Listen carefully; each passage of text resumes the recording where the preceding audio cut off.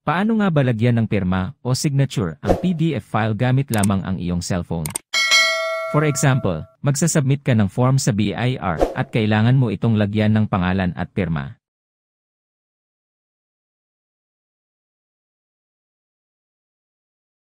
Let's start. Sa iyong cellphone, i-open ang Play Store. Then, i-click ang search.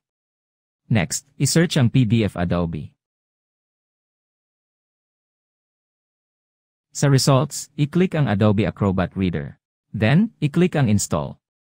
Hintayin lang na matapos ang pag-download at install. When done, i-click ang open. Then click close. Click continue. And continue again. Sa allow notification, i-click lang ang don't allow. Then, click close.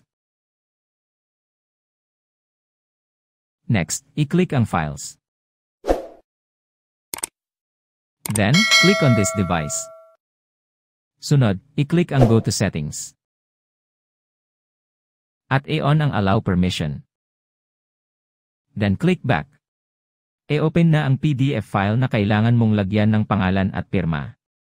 Next, click Escape. Sunod, pumunta sa parte ng file kung saan ka maglalagay ng name at pirma. E-zoom ang page para mas makita mo ito. Next, i-click ang text at i-tap ang parte ng PDF kung saan ka magsusulat ng name. Then, isulat na ang iyong name. Para baguhin o itama ang posisyon ng iyong name, e-drag lamang ang mga tuldok na makikita sa apat na sulok ng rectangle na nakapalibot sa iyong sinulat na pangalan. Kapag nasa posisyon na ang iyong name, i-click lang ang check para ma-save ito.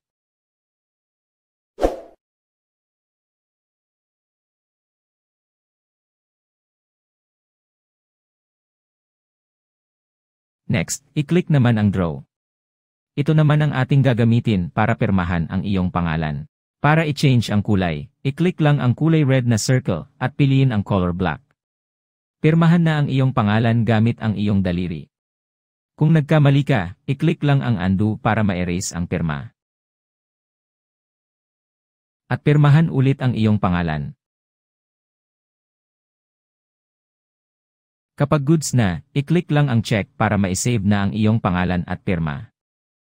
Salamat po sa panonood. Don't forget to subscribe to my channel for future updates.